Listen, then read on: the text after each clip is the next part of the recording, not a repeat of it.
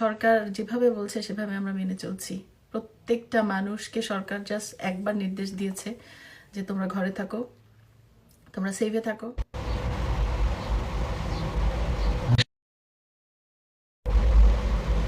আমি প্রথমে যখন মডেলিং স্টার্ট করি তখন আমি ক্লাস 5-এ পড়ি।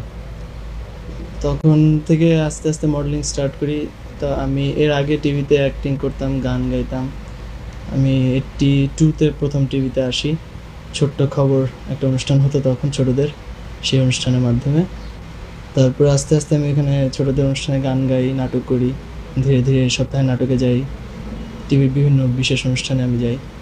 89-এ আমি নাটকে অডিশন পাস করি অ্যানলিস্টেড আর্টিস্টের। তো এই ছবিটা, আমি ছবিতে আসবো আমি কখনো ভাবিনি।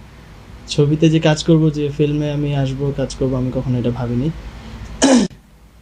তো এটা ব্যাপারটা হয়ে গেছে হঠাৎ, সাডেনলি, হঠাৎ করে। আমার অ্যাড টিভিতে তখন যাচ্ছিল, ফান্টা। তখন আমার কাছে যখন প্রপোজালটা আসে, ফ্যানটার একটা অ্যাড যাচ্ছিল, রেগুলার অ্যাডটা চলছিল। তো এর মধ্যে আমার কাছে সোহান ভাই আমার ছবি কোথা থেকে যেন দেখে আমার সম্পর্কে জানার পরে আমি ছবিতে কাজ করব কিনা জিজ্ঞেস করেন। করার পরে আমাকে একদিন ফোন করেন বিকেলবেলা, দুপুরবেলা আমাকে একদিন ফোন করেন। ফোন করে বলেন যে আমি এরকম এরকম, ডাইরেক্টর অমুক বলছি, আমি আপনাকে ছবির ব্যাপারে কিছু কথা বলতে চাই, আপনি যদি আমাকে কিছু